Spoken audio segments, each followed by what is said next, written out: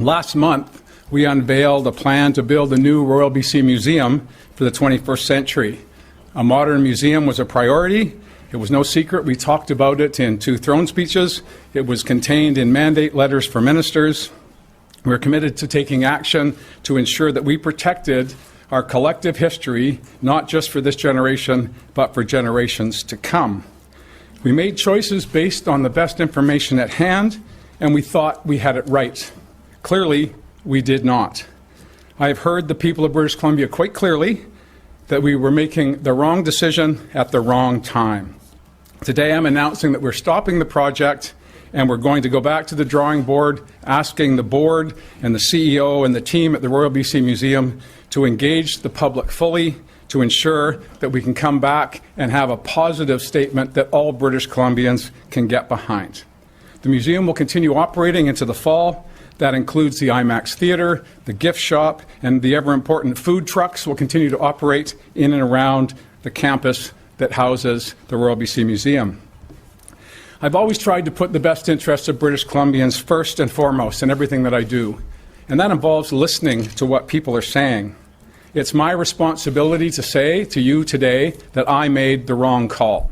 That's not to say that the work that needs to be done at the RBCM should be suspended indefinitely. What it means is that I made a call at a time when British Columbians were talking and thinking about other concerns. Primary care for their families, education, the cost of living, a range of other issues as we came out of a global pandemic. But I want to be clear to British Columbians that it's not an either-or proposition. I felt at the time we made the decision that we could continue to address the concerns of British Columbians and also protect and preserve our most important cultural items that go back a great deal of time. My first engagement on the Royal BC Museum as an elected representative happened in the first year I was elected to this legislature. And a few years after that, a major initiative was proposed to redevelop the RBCM, and the former government declined to proceed with that, and that's fair comment. But every year after that, the board of the museum came forward to the government and said, we have seismic challenges, we have asbestos challenges, we have an exhibition capacity that is inconsistent with the size of our collection. Over 7 million items are held at the Royal BC Museum, most of them in boxes, most of them having not seen the light of day for generations. We saw an opportunity to highlight our collective history. We saw an opportunity to continue the work on repatriation of Indigenous artifacts. We saw the opportunity to create a modern, state-of-the-art facility for the future and generations to come. But most importantly, of course, we have to make sure that we're in tune with the public and the sentiments of the people of British Columbia. And for that, I take full responsibility. 2 of my ministers have worked very hard on this file over the past 5 years, and I want to put to rest any notion that this was a back-of-the-envelope undertaking. It was a 5-year process involving countless engagements with people, not sufficient to give the public a sense of why this is important, but we did our level best to ensure that we were consulting with people. We talked about it in our throne speeches, as I said before, and we were engaging with people in the tourism sector here in Victoria about what the consequences might be to suspending activity at the museum for a period of time. The good news is that we're well underway on the collections and research building in Colwood, which will house the vast majority of those items that are currently in storage, as well as the most important items we have, which are archival materials, which are not just nice to have.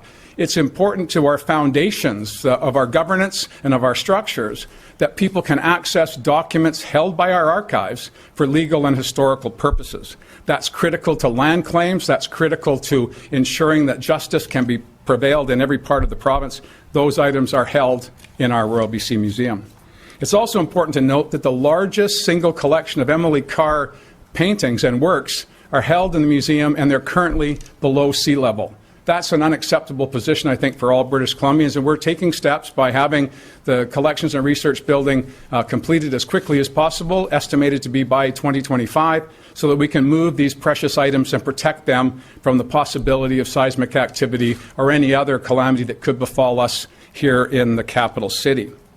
As I said, I had two ministers working on this, Lisa Bair initially in the first term of our government and Melanie Mark over the past 2 years. And both of them worked very hard to ensure that we were getting the message out to people about the importance of protecting these items. I want to thank them for their hard work, but I want to assure British Columbians that any failings in this initiative do not fall to them, they fall to me and to me alone. I want to thank you for having the time and patience. It's been 40 days since the announcement. I know we have some elder scribes in the room. I cast my vision over to the one who I know I'm talking about, who will undoubtedly remind his readers in the days ahead that at no time has sober second thought happened so quickly. Perhaps it's a result of social media. Perhaps it's a result of any number of other initiatives. I would like to think it's a result of a government that listens to what people want and does our best to ensure that we can deliver on that. I'm proud of the work we've done over the past 5 years. I'm proud of the work we have ahead of us. But I cannot allow something that should be supported by all British Columbians to become a political football. It should not be a partisan question. Regardless of how you vote, regardless of where you live in British Columbia, you should be proud of our collected heritage going back for time immemorial to the advent of new settlers coming to British Columbia from every corner of the world.